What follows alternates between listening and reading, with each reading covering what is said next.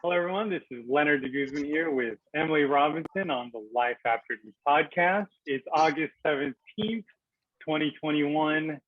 I think it's back to school. I think like this part of the year, it's like football season starting, school starting, fantasy football drafts are getting organized. Court, what's going on with court? Is Yeah. there like a different part of time of year for you? This time's pretty busy usually, and it still is. Court's been busy. It's, they're trying, I think, to keep some of it virtual because it's made it a lot easier for people, especially in Los Angeles. So we'll see what happens with that now that they're reopening. Although with Delta, I don't know if they're going to now reclose again. I don't know. Every day is just a surprise. What email am I going to get? What's the new procedure? So I just wait and go with the flow. It's like an improv scene. It's like you cannot plan things. It's just like because like if things stop, then it's like your whole day's kind of like affected. It's like you're like, yeah, I'm out of food. Uh, I need toilet paper. Like it's not coming for like 3 days. So it's Yep. like work is like, okay, we're gonna just meet virtually. So it's like it's weird how it affects our like it's almost like hour to hour. Right. So so yeah, it's like I know like it's important thing is like schools are starting to like come. There's like two uh, sides where it's like come in, don't come in, and then I guess on the state side, right? There's this thing with the legality where the federal government has like a statement or some regulations or some standards, and then on the state and local side, how does that affect like? Because I mean, if like on that like higher end part, how does it like affect households or families and like it must be just like nightmares in between parents and children. Yeah, it's tough. I mean, the state can't do anything like less stringent than the federal government. But they can do things more stringent. So if the federal government says, everyone has to wear masks, then the states have to follow that. But if the federal government says you only have to wear masks indoors, states can decide themselves if you have to wear masks outdoors too. Or, if the federal government says you don't have to wear masks, it's optional, the states can still make their own rule that you have to wear masks, and the counties can make their own rules too. Like in LA County, you still have to wear masks indoors, and in Ventura County, you don't. So it's total confusion and chaos. And when like I practice in Ventura and LA, so I'm always like forgetting, do I need my mask here? Do I not? Because I can't remember. I pretty much just wear it all the time anyway to be safe and like so I don't forget. But it is confusing, it is very confusing. And then of course parents don't agree on vaccinations for their kids or mask wearing or going to school. So that's been a big battle lately. Yeah, it's weird because like we have a recall here for the governor in California here. I put in my vote. It's pretty easy, but gosh, like I guess it's like on like do you vote because that certain governor is like pro mask, anti mask, anti vaccine? Like it's I guess it kind of goes into politics. So that's Yeah. I thought that was weird. Yeah, it does cross into politics like everything. Um, but there's other considerations too. I mean, that's just, one consideration. Like I know a lot of people vote based on their COVID views and their views about how officials are handling that. But obviously there's other things to look at too. I did see a YouTuber on the ballot. This guy, like, he's actually from Ventura. I don't know if you watch him on YouTube, Ventura County. He's like a real estate guy. I think his YouTube channel is like Meet Kevin or something. Sounds He's on the familiar, but I haven't watched him. so you on the ballot says yes or no. So do the recall, and then if it's kind of confusing, but it's like on the second part, it's like the number two. It says if recall, you're voting for this candidate, and then Oh, it's like a list of like must be 30 candidates. Haven't voted yet. Yeah, so that would be the odds of that. Like a YouTuber becoming governor would be just like, whoa, this is insane. I was gonna vote for you. Can you imagine if like someone was like, hey, I'm just gonna vote, this guy, and you're just like, do you accept it or do you have to, or like that'd be kind of weird. You can do a write-in. Hey, if the Terminator became governor, I think anybody can. Oh my gosh! All right, let's think about that later. Let's get into the part of the show, the news, the divorce news of the day, where we go on Google and we see what's trending. We see a lot of celebrity divorces, ongoing sometimes. Sometimes they just repeat. And then we see other, interesting things like sometimes we get like Forbes financial, write-ups and interesting things. So let's see today. Ooh, we got, of course, we go to TMZ today. Pawn Stars. Do you watch that show? I have watched that show before, yeah. I was into it for a while, and it just, I don't know, just after a while, it was just like, okay, these are the same items. Okay, so TMZ.com, Pawn Stars star Rick Harrison divorced on the down low a year ago. So Pawn Stars Rick Harrison is a single man, something we're assuming very little people besides Rick and his ex-wife know about, because they pulled a total hush-hush divorce. According to the newly divorced legal docs we obtained, Rick filed for divorce from his wife, Deanna, in Clark County, Nevada on July 1st, 2020, almost 7 years after their wedding. The timing is interesting, filing in the middle of the pandemic and as George Floyd protests were going down across the country. Probably explains how the divorce flew under the radar.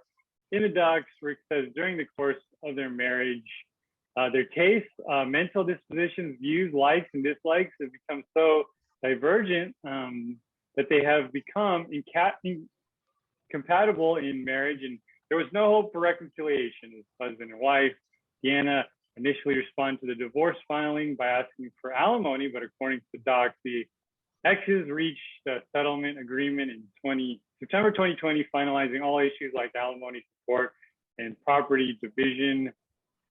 This is another divorce from the pandemic. Like when we look back, like that would be interesting because the only thing I can think of is baby boomers from World War II. The war affects you, and this is kind of a war. It's true, yeah.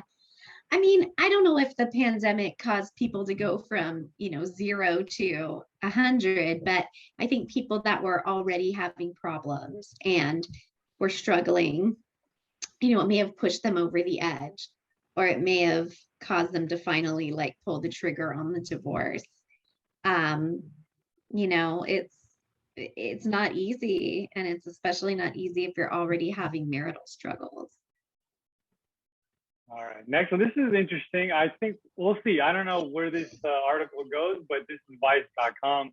A new service promises to make getting a divorce cheap and NBD. What's NBD? No big deal. Okay, there you go. Okay. I don't know. My 9-year-old teaches me all the lingo. Did you know AFK means away from keyboard? That's a new one. I never knew. Maybe they put that in Zoom in school, maybe. Maybe. Yeah. Okay. There's a whole new acronym thing you have to know, okay? There is. Yeah, we're too old. All right. So you've coveted your neighbor's wife and you need to untie the knot. No worries. It's 2021 and unhitching your wagon is easier than ever. So divorce, it's what's for August. That is according to science, which says that 'tis the most popular season to consciously uncouple. Look, we're not here to judge anyone getting divorced, especially since about half of American marriages end up that way, according to World Population Review. That's the 6th highest divorce rate of any country in the world, in case you're wondering. What we are here to do is let you on a secret. Divorce is literally never become easier, whatever your situation. Okay, let's move. Let's see. So welcome to the future. We have Uber helicopters, at-home STD tests, remote controlled sex toys. It's high time someone made an easy to navigate service for the heartbroken, bored, emotionally swindled, which is a new service called Hello Divorce. I think we've come across this one before. Yeah, I think we have. So let's just go do it again. Well, I mean, for people who haven't watched the other one, this is so this is based out of Oakland, California. Started in 2018 by Aaron Levine, who wanted to make affordable, meaningful legal counsel.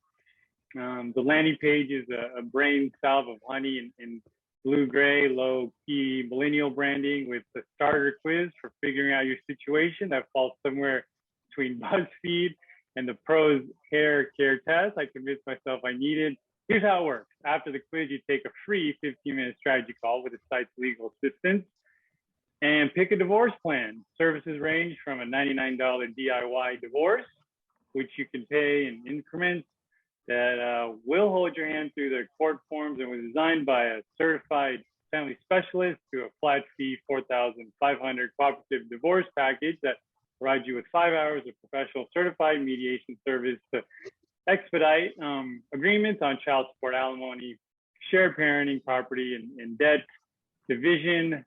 We keep going down. So here's the review. This is what people are saying. What nobody gets when you start a divorce is how to do it. You don't know the forms you'll need or how the divorce process works. They offer so many tutorials that explain the process and different forms you need to complete. I clicked around the site to educate myself, but you don't even have to do that because the entire process is so easy. So yeah, so this article is written, okay, I guess someone saw it again and tried it out, and so it's getting there, right? Like the Uber of divorce in a way. I mean, I think that, those things can be very useful and they can be very helpful, especially if you have a simple divorce. You have to be really careful because they don't always, give you legal advice or necessarily protect you in a heavily litigated case, and fixing something that may have gone wrong before, is harder and more expensive. But it's a good idea and a good way to be able to afford a divorce and give you some guidance while making it easier. But again, just have to be careful because not everyone you talk to in those kind of services is an attorney. A lot of times they can't give legal advice. So if you ever feel like you need that legal advice, you have to make sure that you actually go to a licensed attorney for that. Okay, let's go to Forbes one. Let's go to Powered Divorces. Ooh, sounds so evil. Okay, so this is obviously, I think they're covering the Gates divorce. So it goes, power divorces, do they have to be messy? Celebrities and other powerful people frequently surround themselves with advisors and advocates to secure their assistance in navigating any number of personal or professional endeavors, including marriage. Many celebrities have significant assets to protect when they marry. So does a celebrity or a wealthy, powerful individual properly prepare for nuptials, realizing that it's likelier to fail than to succeed? So take Bill Gates and Melinda Gates divorce. What can these powerful people do to protect their estate, children, businesses, and reputation? So a couple things. When possible, they keep assets separate through a prenup agreement. If you haven't signed a prenup, it's still not too late. The more you have, the more costly your divorce could be. Power couples shouldn't overlook estate planning. Reputation is as important as to protect as one's financial or physical assets. And that's it. So what do you think? Yeah, I mean, there's many tools you can use to protect yourself if you have high net worth, or if you have been through multiple divorces, or if you have children or something from a prior relationship and you want to make sure that they're protected and things like that. So, you should definitely take advantage of those tools like prenups and postmarital agreements and things like that. You don't want to be in a situation where you're paying alimony to like 3 or 4 different ex-spouses. That can be very damaging and unaffordable. So, you know, it's definitely important when, you know, just like you would research your doctor before you have a surgery, or, you know, research your child's daycare before you send them, like research your legal rights before you get married, because everybody always hopes for the best, but you want to be prepared for the worst situation too. And no one ever says, because it's like, just objectively, if it's supposedly 50-50, it's like everyone's looking at their optimist, which is like Right. good, right? Which is, so it's awkward. It's like, well, what if we don't? So it's like, then you're like thinking negative, Right. and You want to be prepared for the worst. It's not romantic, I know, but it's also reality. it's a And business transaction in a I way. mean, it is. I mean, marriage and divorce are things that are, you know, done through the state and the government. So you want to make sure that the state or government doesn't hurt you on the back end if you do get a divorce. No, to be continued. That's a conversation, awkward conversation for everyone to have. It Okay, is. so let's get to the part of the show, Dear Emily, where we go through posts from people going through the divorce journey, maybe child support issues, maybe alimony, maybe retirement things come up. So let's get to the first one here. This is an interesting one. A child of divorce. So my parents divorced when I was 13, and I wish they could have done it earlier or later. My parents divorced when I was 13, and they'd been married for 20 years. They were toxic together, and it got worse every year. I didn't know that because they try to shield their fights and separations via lying or not telling us. It was earth shattering when we found out. My brother and I, when they separated, they almost regressed in how they dressed and what media or pop culture they were interested in. In other words, they started acting like teenagers. They tasted freedom, and while it took 2 years to finalize the divorce, they were obsessed with wanting to be happy and do everything they hadn't gotten to in the previous years. If that hurt my brother or I in a small or big way, it was considered collateral to them. So if we skip down, I'm not saying that you should wait or do it now, but I hope this provides some insights for parents that are struggling to decide when to divorce, because kids are involved. Every person and situation is different. I struggle to this day with divorce, both in general and also my parents' divorce is not bad, but it can be impactful. Please do what's best for you and your family, but consider your kids when declining to, and also handling divorce. Lastly, I'm proud of every parent that takes the courage to step on a scary journey for the betterment of their family's life. Wow, that's intense. Yeah, I mean, you know, all the research shows that it's not the divorce that necessarily harms the kids, but the way the parents act in the divorce and the way they go about it.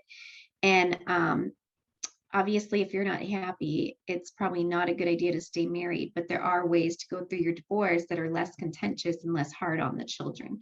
And I do work as an attorney for children, and working from that perspective, I can see the other side of what this damage does to children when parents are in very high conflict and, you know, a lot of times trying to hurt each other, but instead they're really just hurting the children. And parents need to act like grown-ups and be aware of their actions and realize what they are doing may be in their mind the right thing to do for themselves, but maybe not the right thing for their children. Yeah, it's funny. I was listening to this author on this podcast. I think must have been is Malcolm Gladwell, or sorry, I don't know if it's that person, but they're saying like even when you're like 8 years old, like it affects you. Like, so like me, one of my things was I remember my dad and I would watch Clipper games. Like I'd have to go to sleep because I was like 7 or 8, but I have an affinity to the Clippers, even though it's like to be like the worst fan because I tolerate all their it's like heartbreak every year. So it's weird how things that happen, like this case, I think was like 20 something years ago. You're so fragile and you're in development as a child that even as an adult, it follows you and you can never like get rid of like certain demons. That's just the weirdest thing to me. Well, our experiences make up who we are and how we think. And if you have bad experiences, it can leave you, scarred in certain areas and or negative about certain areas. And I think a lot of kids don't remember specific details, but they remember, you know, the fun they had or the sadness they had. And so, that's just what makes up who we are as people. All right, that's something that we'll figure out later. Maybe there's a solution. Next one, there's a life after divorce one. Separated spouse moved on. I won't get into specifics, but my ex-wife has moved on to someone else after being separated for less than 3 months, devastated. She's staying at her parents' house and we stopped communicating last week. We were talking all day, every day for the last 2 months. And she was gone. How do I deal with this? I feel so gutted and heartbroken. That's really hard. I mean, like I've said in the past, like you got to have a support system, whether that's support group, family, friends. You can't do this alone. It's too hard and there's too much emotion. And if you try to do it alone, you're just going to be like putting yourself through torture. So you got to figure out who that support system is going to be and have people to talk to. And it's going to be painful and it's going to take time, but you can work through it. But you've got to have something in place, just like you need a support system for anything that's hard in life. You got to have something in place, get a therapist, just have some outlet. All right, the last post today. It is your divorce was my idea. Has anyone ever regretted leaving an unhappy, nothing common, no life marriage? No same life goals marriage. It's been a thought in my for well over a year, and finally it's happening. I moved out 2 weeks ago. I know it's not the wrong move, but of course, is when anything ends, there's always what if I'm not happy, even though I'm not happy now. I feel like I'm so excited to be living alone without my daughter, and what if it's a big letdown and I'm actually miserable? I doubt this will happen, but what if? Well, I've definitely seen people regret their decision. And look, you can always start the process and stop it if you decide you change your mind.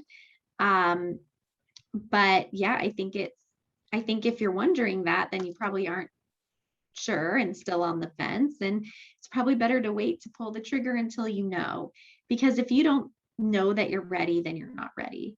So you need to figure it out. However, you need to do that. Talk to people, talk to a marriage counselor, but figure it out before you decide.